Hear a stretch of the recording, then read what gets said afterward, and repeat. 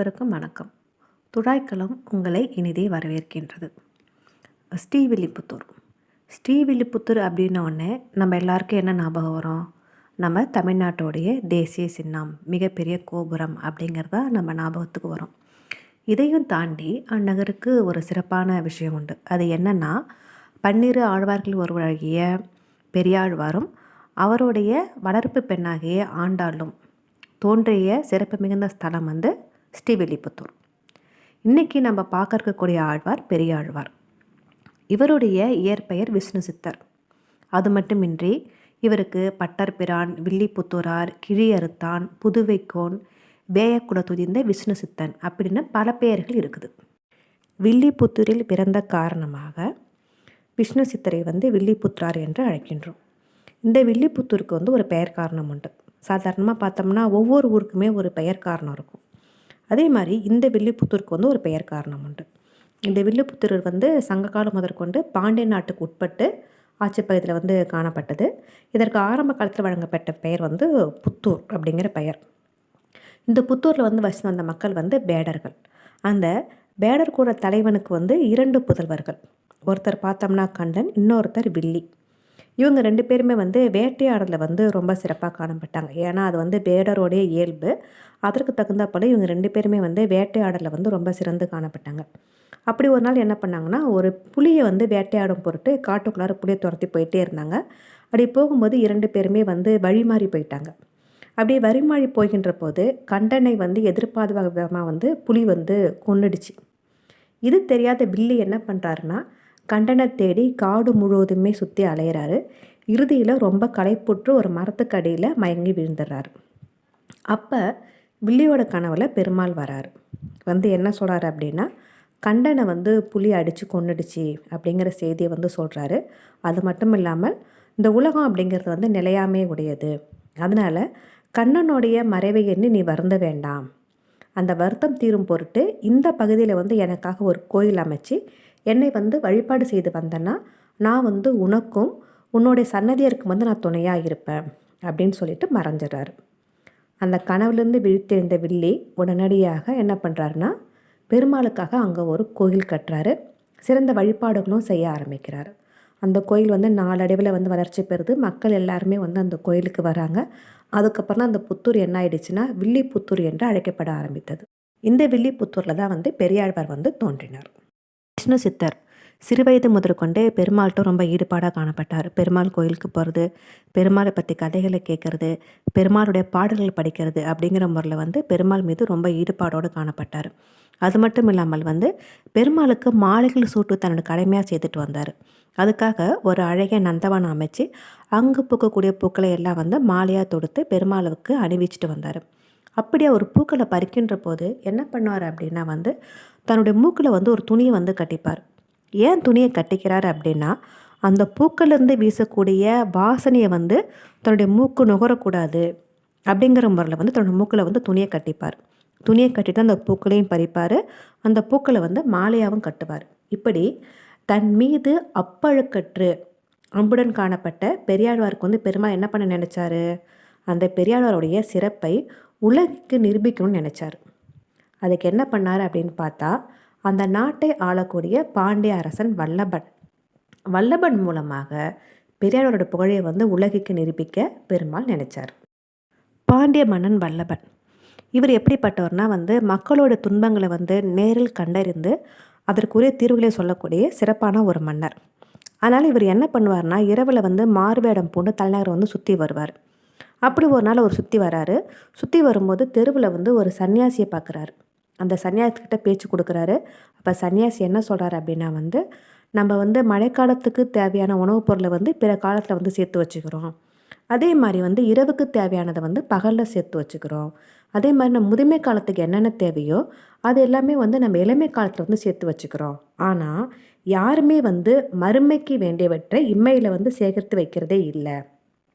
இதற்குரிய செயலை யாருமே செய்யறதில்லை அப்படிங்கிற மாதிரி சொல்கிறாரு. இதை கேட்ட உடனே அரசருக்கு வருத்தம் உண்டாயிடுச்சு. ஏன்னா அவர் சொன்ன மற்ற 3 விஷயங்களையுமே மன்னர் பண்ணிட்டார். ஆனால் மறுமைக்கு வேண்டிய செயலை அவர் பண்ணவே இல்லை.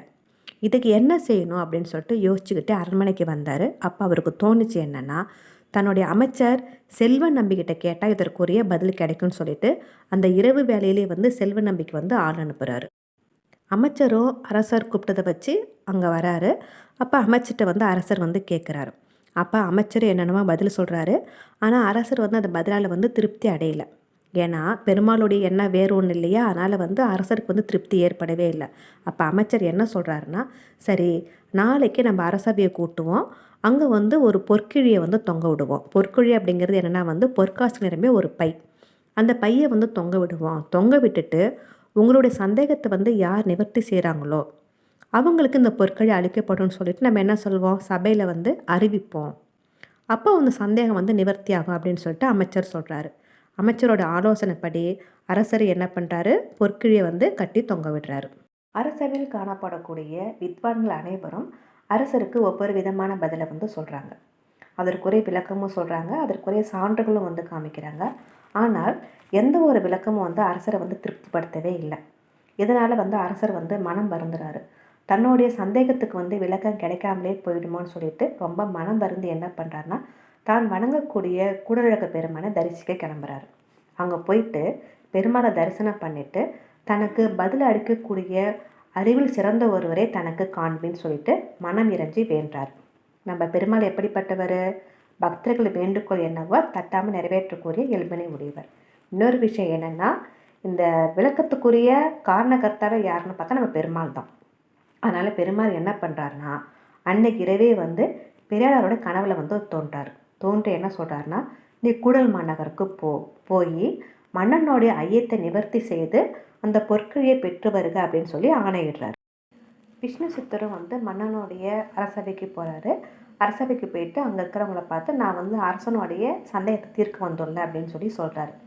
அப்போது அவையில் காணப்படும் வித்வான்கள் எல்லாமே வந்து விஷ்ணு சித்தரை வந்து ஒரு மாதிரி எல்லெல்லாம் பார்க்குறாங்க. நம்மளாலே முடியல, இவரால் முடியுமான்னு சொல்லிட்டு அவரை வந்து பார்க்குறாங்க. அப்போ அவங்களுடைய எல்லலை வந்து உடைக்கும் விதமாக வந்து விஷ்ணு சித்தர் வந்து பேசுகிறார். என்ன பேசுகிறார் அப்படின்னா, ஸ்ரீமான் நாராயணனே முதன்மையானவன், அனைத்துக்கும் வந்து அவன் தான் மேலானவன், நமது பாவங்கள் எல்லாத்தையும் வந்து துடைக்கக்கூடியவன் வந்து நாராயணன், அவனை சரணடைவது ஒன்று தான் வந்து மறுமைக்கு உரிய வழி அப்படின்னு சொல்லி சொல்கிறாரு. இப்படி விஷ்ணு சித்தர் சொல்லி முடித்த உடனே அங்கே ஒரு பெரிய ஆச்சரியம் நடக்குது. என்ன ஆச்சரியன்னா, அந்த பொற்காசுகள் நிரம்பிய பை, அந்த பையானது தானாகவே தாழ்ந்து விஷ்ணு சித்தருடைய கைக்கு வந்து வருது. இதை பார்த்த உடனே அவையில் காணப்படக்கூடிய அரசர் மற்ற அமைச்சர்கள் எல்லாருமே வந்து ரொம்ப வியப்பாக வந்து பார்க்குறாங்க. அங்கே காணப்படக்கூடிய அந்த வேத வித்வான்கள் எல்லாருமே வந்து விஷ்ணு சித்தரை வந்து ரொம்ப ஆச்சரியத்தோடு பார்க்குறாங்க. இவரா இப்படி அப்படிங்கிற மாதிரி பார்க்குறாங்க. அது மட்டும் இல்லாமல் வந்து மனசுக்குள்ளாரே அவர்கிட்ட வந்து மன்னிப்பு கேட்டுக்கிறாங்க. அதுக்கப்புறம் அரசர் என்ன பண்ணுறாருன்னா, அந்த பொற்கிழியை தன்னுடைய கையால் வந்து பெரியாழ்வாருக்கு கொடுக்குறாரு. கொடுத்துட்டு பெரியாழ்வாரை வந்து யானை மீது அமர்த்தி வீதி உள்ள அழைச்சிட்டு வராரு. அப்படி அரசர் விஷ்ணு சித்தரை வந்து கூடல் மாநகர் முழுவதும் வந்து யானையில் அமர்த்தி வீதி உள்ள அழைச்சிட்டு வரார். அப்படி வீதி உள்ள அழைச்சிட்டு வரும்போது ஊர் மக்கள் எல்லாருமே வந்து இந்த காட்சியை வந்து பார்க்குறாங்க. அப்போ அங்கே இன்னொரு அதிசயமாக நடக்குது. அந்த காட்சியை பார்க்க பெருமாளே வராரு. அவர் எப்படி வராரு, தன்னுடைய கருட வாகனத்தில் வந்து அந்த காட்சியை பார்க்குறாரு. உலக மக்களுக்கு தன்னோட தரிசனத்தை வந்து காண்பிக்கிறார். உலக மக்கள் எல்லாருமே வந்து கருட வாகனத்தில் காணப்படக்கூடிய பெருமாளை வந்து வணங்குறாங்க. அப்படி எல்லாருமே வணங்கும் போது ஒருவருடைய மனசு மட்டும் ரொம்ப கஷ்டப்படுது. அது யாருடைய மனசுன்னு சொல்லி பார்த்தோம்னா நம்முடைய விஷ்ணு சித்தருடைய மனசு. ஏன் அவர் மனசு கஷ்டப்படுது? பெருமாளை பார்த்தா எல்லாருமே வணங்குவோம் தானே. ஆனால் அவர் ஏன் கஷ்டப்படுறார் அப்படின்னா, இந்த உலகம் வந்து கலியுகம். இந்த மாதிரி ஒரு அழகிய கோலத்தோட பெருமாள் வந்து உலக மக்களுக்கு முன்னாடி வந்தால் அவருக்கு என்ன ஆகும், கண் திஷ்டி பட்டுடுமோன்னு சொல்லிட்டு விஷ்ணு சித்தர் வந்து மனம் வருந்துறாரு.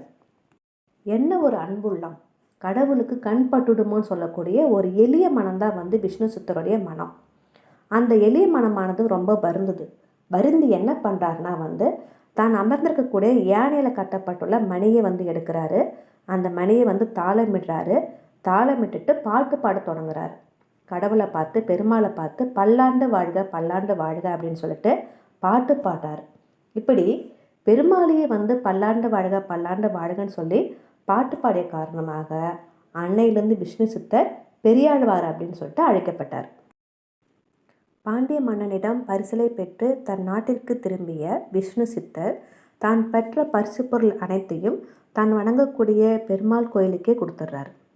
கொடுத்துட்டு தான் முன்ன செய்து வந்த மலர் மாலை சுட்டுக்கடை பணியை மறுபடியும் செவனே செய்ய தொடங்குறாரு. அது மட்டும் இல்லாமல் திருமாலை நினைத்து நிறைய பாடல்களை பாடுறார்.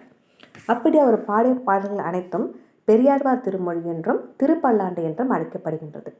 இந்த பாட்டுக்கு இன்னொரு சிறப்பும் உண்டு. என்ன சிறப்பு அப்படின்னு பார்த்தோம்னா 4000 திவ்ய பிரபந்தம் என்று அழைக்கக்கூடிய வைணவ இலக்கியம். அந்த வைணவ இலக்கியத்தில் பெரியாழ்வார் பாடிய திருப்பல்லாண்டு அப்படிங்கிற பாட்டு தான் முதல் பாட்டாக இடம்பெற்றிருக்கு. இவருடைய பாடல்களில் முக்கியமான சிறப்பு என்ன அப்படின்னா, பெரியாழ்வார் கண்ணனை குழந்தையாக நினைச்சு நிறைய பாட்டுகளை பாடியிருக்காரு. ஒரு தாய் அன்போட கண்ணனை குழந்தையாக நினைச்சு கிட்டத்தட்ட 200 பாட்டுகள் பாடிருக்காரு. இந்த பாட்டுக்கள் எல்லாமே பிற்கால இலக்கியமான பிள்ளைத்தமிழுக்கு எடுத்துக்காட்டாக ஒரு முன்னோடியாக விளங்கிச்சு அப்படின்னு சொல்லலாம். தன்னுடைய பாட்டுக்களை கண்ணனுடைய குறும்புகளை அழகாக பாடியிருக்காரு. அது மட்டும் இல்லாமல் கண்ணனுக்கு அம்புலி காட்டுதல், உணவு ஊட்டுதல், தப்பாணி தட்டுதல், நீராட அடைத்தல், இதில் எல்லாமே ரொம்ப அழகாக கொண்டு பாடக்கூடிய சிறப்புக்குறி பெரியாழ்வார் அப்படின்னு சொல்லலாம்.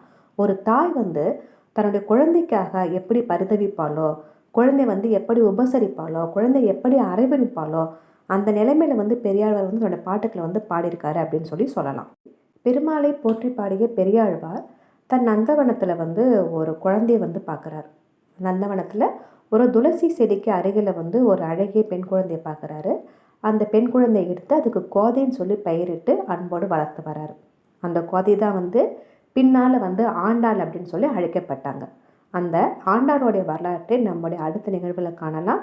அதுவரை நன்றி, வணக்கம். இந்த வீடியோ உங்களுக்கு பிடிச்சிருந்தா லைக் பண்ணுங்கள், ஷேர் பண்ணுங்கள், கமெண்ட் பண்ணுங்கள் and subscribe to this channel.